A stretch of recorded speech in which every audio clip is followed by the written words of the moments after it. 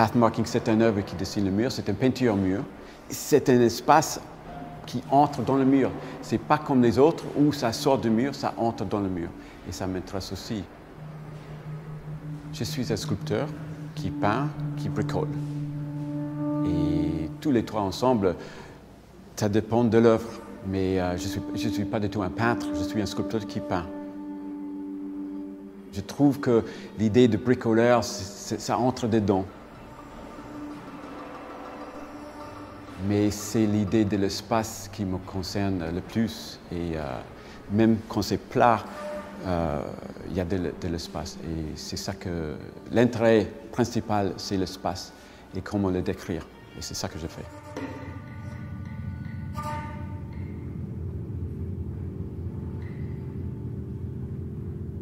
J'ai rencontré Paul Wallach à New York il y a à peu près 20 ans, alors que j'y travaillais.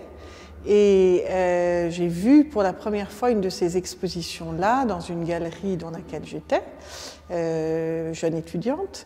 Et c'est vrai que j'ai été très interpellée par cette œuvre que je ne comprenais pas à l'époque.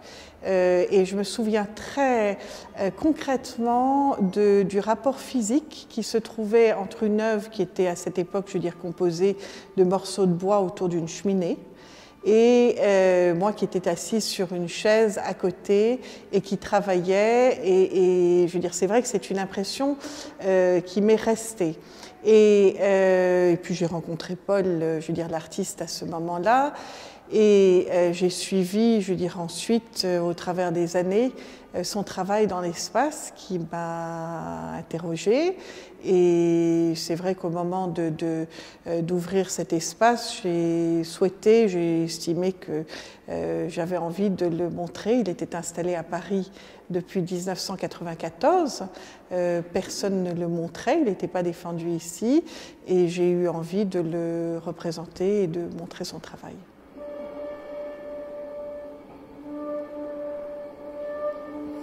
Paul va piocher ces bouts de bois dans l'atelier qui sont rassemblés un peu comme un jeu de Mikado, et il va commencer comme ça sans idée précise de son travail et à les mettre ensemble, je veux dire, en essayant de voir quel équilibre il trouve ensemble, en jouant avec le dessin, en jouant avec la peinture, qu'il intègre dans l'œuvre. Et puis il y a un moment où tout à coup cette œuvre dans l'espace lui parle. Il y a un dialogue qui s'intègre entre l'œuvre et lui.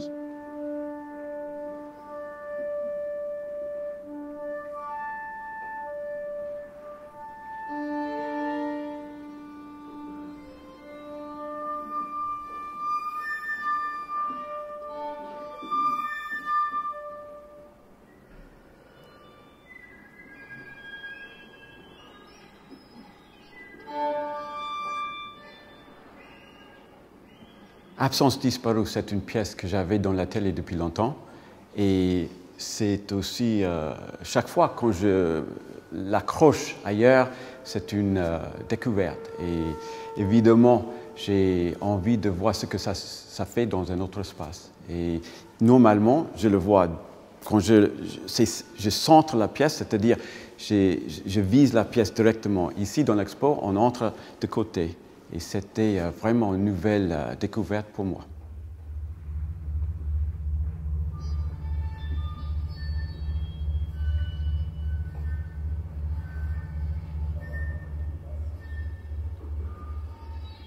Pour moi, ce sont des sculptures de dessin et des dessins de sculpture. Ce sont les deux. L'espace est créé par le dessin de la sculpture, mais la sculpture est formée par le volume dans l'espace. Pour moi, c'est les deux.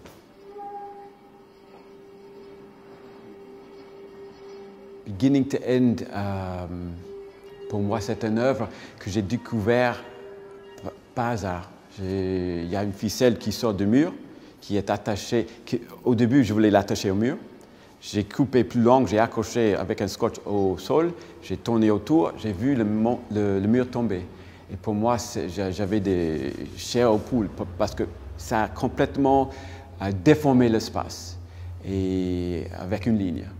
Et c'était extraordinaire. Et c'est comme souvent avec mes œuvres, c'est quelque chose que je trouve pendant le temps où je travaille sur les œuvres. Et c'est exactement ce que j'ai trouvé là avec Beginning to End. La quinzaine de sculptures qui sont présentées dans l'exposition ont été créées sur 2 ans. Donc c'est vraiment, je veux dire, le temps et le temps de la perception aussi, puisqu'à travers l'œuvre, on n'a pas une perception immédiate de l'œuvre, il faut du temps, il faut une certaine lumière, il faut un certain regard, il faut un certain mouvement aussi.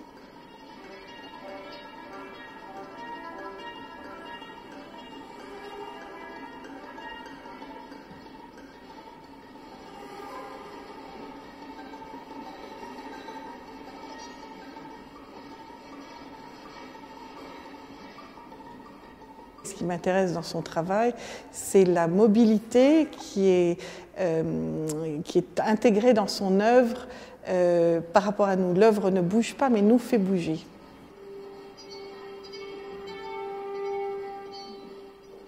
Si on regarde une œuvre de Paul Wallach, même c'est difficile de dire que c'est sculpture, objet, peinture, parce qu'il y a les éléments très picturaux. Mais je regarde comme une intensité des sensuels effets. On peut dire qu'il intègre les valeurs picturales dans une sculpture, mais l'autre côté, il fait une extension de valeurs picturales dans l'espace. Mais même l'extension, même l'intégration, je pense qu'on ne peut pas bien comprendre sans la présence de public, les gens qui regardent, parce qu'ils créent un certain micro-univers. Et cet micro-univers, cette micro-réalité, micro-contexte, exactement son vrai message poétique.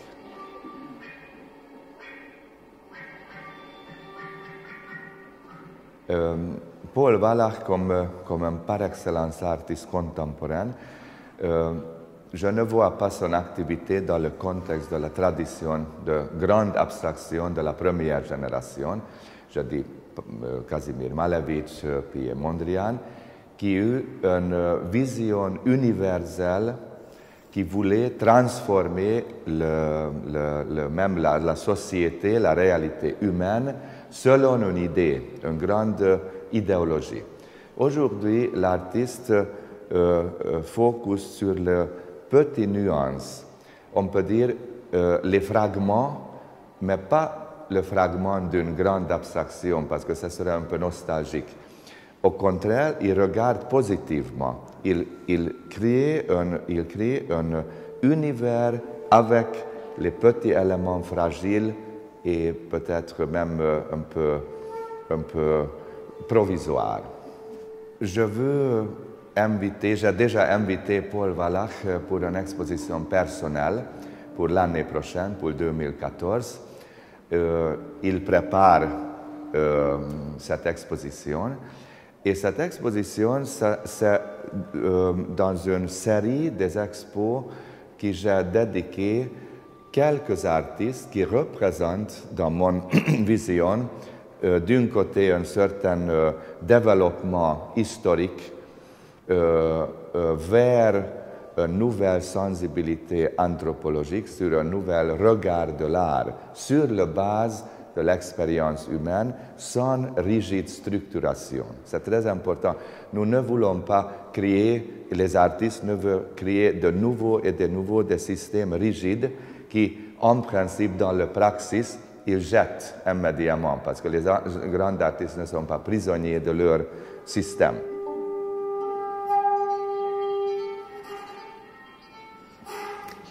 Heretofore, c'est un mot anglais ancien que j'utilise pour l'exposition et j'ai titré une pièce aussi avec le même titre, heretofore, qui veut dire en anglais « until now ». Et ça, pour moi, ça veut dire beaucoup de choses c'est une sorte de voyage dans le temps. Dans ce mot-là, il y a à l'avant, maintenant et aussi l'après.